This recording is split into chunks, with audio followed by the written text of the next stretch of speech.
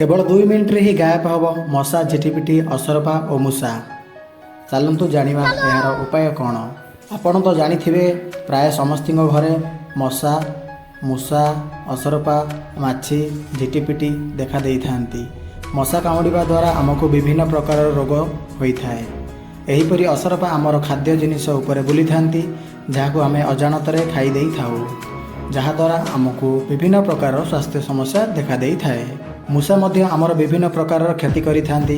आमर पोशाक बहीपत्र खाद्य द्रव्य को नष्ट कर दे थांती। एमानक कबलरू बंचापी आम विभिन्न प्रकार उपाय आपणई थाऊ।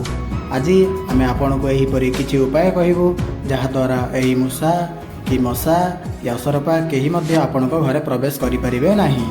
तेबे चलतु जाना यार उपाय कौन। मशा मशा मानक ठारू मुक्ति पाइबापी रसुण सबुठ भल उपाय अटे।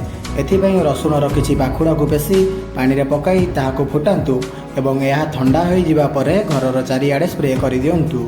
यार गंधरे सबु मशा घरु पलाइबे।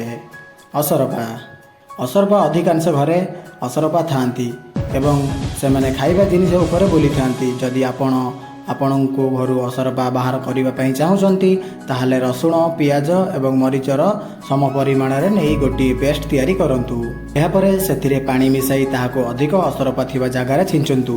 किछि दिन एही उपाय करिबा द्वारा आपण को घर असरपा ठारू मुक्ति मिली थाए। आपण को माछी माने अपरिष्कार जगार बसी थांती। सेठारु आसी आमर खाद्य ऊपर बसी थांती एवं आमे ताहाको खाइले आमर विभिन्न प्रकार रोग देखा देई थाए। जदि आपण माछीଙ୍କ ଠାରୁ मुक्ति पाइबापी चाहूँगी ताहले तुला को कौन गंध होइथिबा तेल रे बुड़ाई कबाट पाखरे रखंतु। यही तेल गंधरे माछी माने घरे पशिबे नाही। मूषा जदि आपण घरे मूषा अछंती एवं आपण तांको ठारू मुक्ति पाइबापी चाहूँगी ताहले आपण तुला उपरे पिंपारमेंट रखंतु।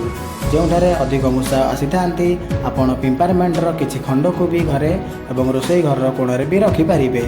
यार गंधरे मूषा माने मरि जाई थांती। झिटिपिटी आपण घर झिटिपिटी बाहर करने निजर घर कांथरे 5 ରୁ 6टी मयूर पुंछ को लगातु। यह द्वारा अंडा खोल को भी कौन उच्च जगार रखा द्वारा झिटिपिटी आपण घर पलाई जाई थांती। अंडार गंधरे से घरे रही न थांती। लास्ट है छारपोक। जदि आपण घरे छारपोक होई थांती ताहले आपण पियाज रस को कौन स्प्रे बोतल पुराई ताहाको घरर सबुआड़े छिंचंतु। पियाज रसरू बाहरुथिबा गंधरे छारपोक मरी जाई थांती।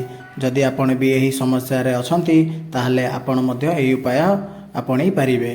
तेबे आमरी भिडियोटी आपण मानकु केमिति लागिला कमेंट माध्यम रे निश्चित जणाइबे। भल लागिथिले चैनल को सब्सक्राइब करिवे, वीडियो को लाइक करिवे, शेयर करबा को जम्मा भी भूलिबे नहीं। धन्यवाद।